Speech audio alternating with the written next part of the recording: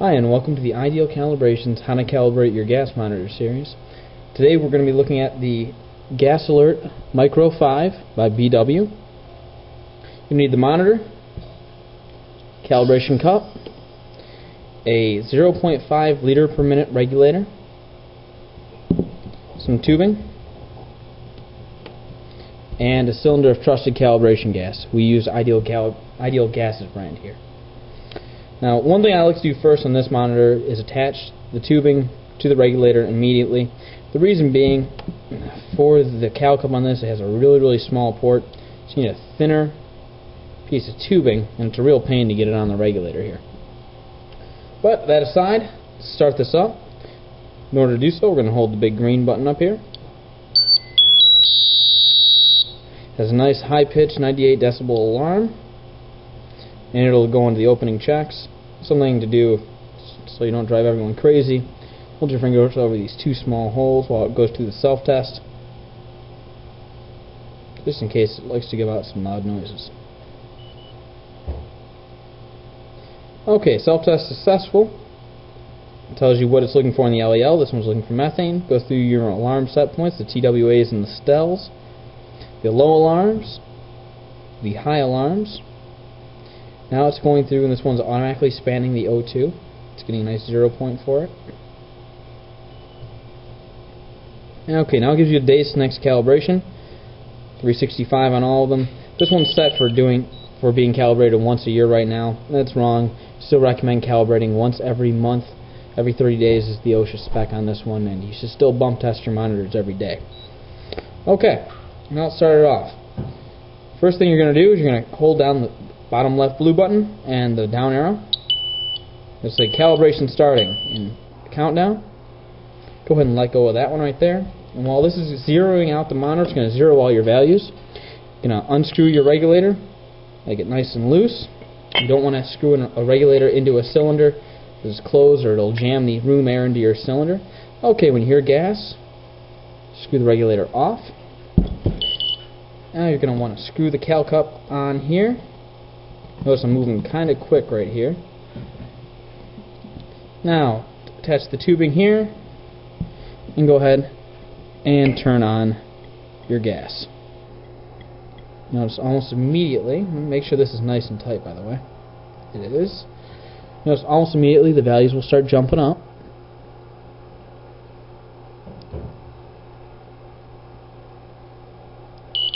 Now, the computer on this one will automatically go through and maintain all the sensor values to what they're supposed to be. The defaults here are 25 parts per million hydrogen sulfide, 100 parts per million carbon monoxide, 50% LEL methane. You notice where the oxygen sensor is on this one, instead of it being a calibration right now, it's actually just going to count it down.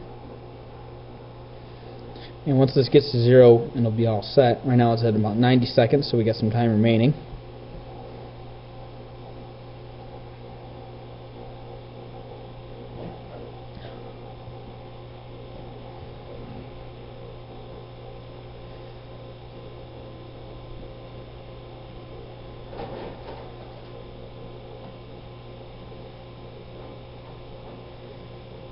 A little quirk about the GasAlert Micro5. For some reason, the GasAlert Micro5 and the GasAlert Micro, which is kind of the smaller version of this, it's only about that big, we take a lot of calibration gas to calibrate, as opposed to the Micro Clip, which is a much thinner version of this gas monitor. It's much thinner, smaller, but that one calibrates a lot faster than this one. I'm not quite certain why this one takes so much gas, but just know that over time you're going to spend quite a bit on calibration gas for this unit.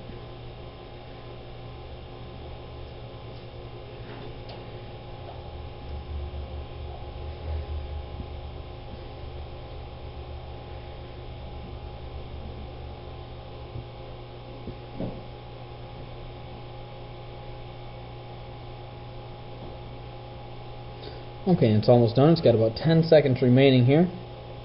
First thing you're going to want to do, because of the cal gas on this one, once it comes down and it hits 0 and it says calibration successful, you're going to want to close the regulator. Bingo, there we go.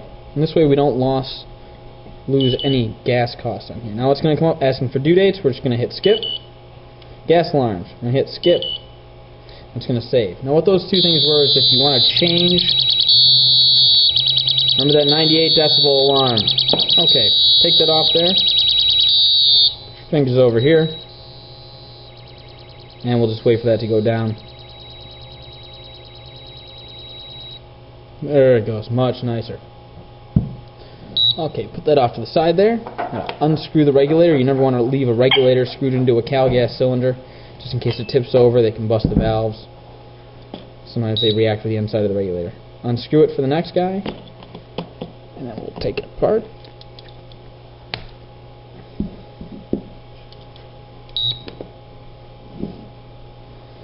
And we're going to wait and make sure this goes all the way down to 0. Now, I've heard some places that if you turn the unit off before it goes down to 0 while there's still gas in there, you might ruin the sensors, or that it might distort your calibration. That's myth, complete myth.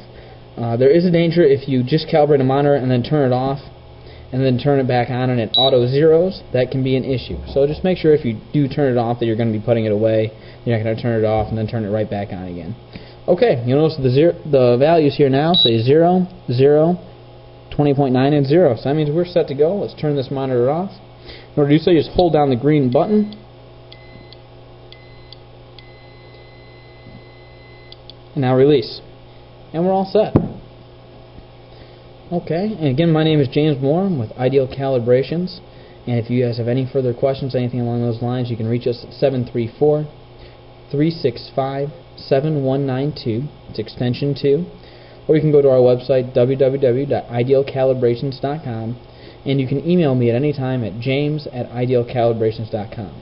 I would like to put a quick thank you out to John at ST Communications, who has let us borrow this monitor for the demonstration. And if you search ETO on eBay, he has a number of used monitors for sale that may be of interest to you. Thank you much. You guys have a wonderful day today, and you keep safe out there. Bye-bye.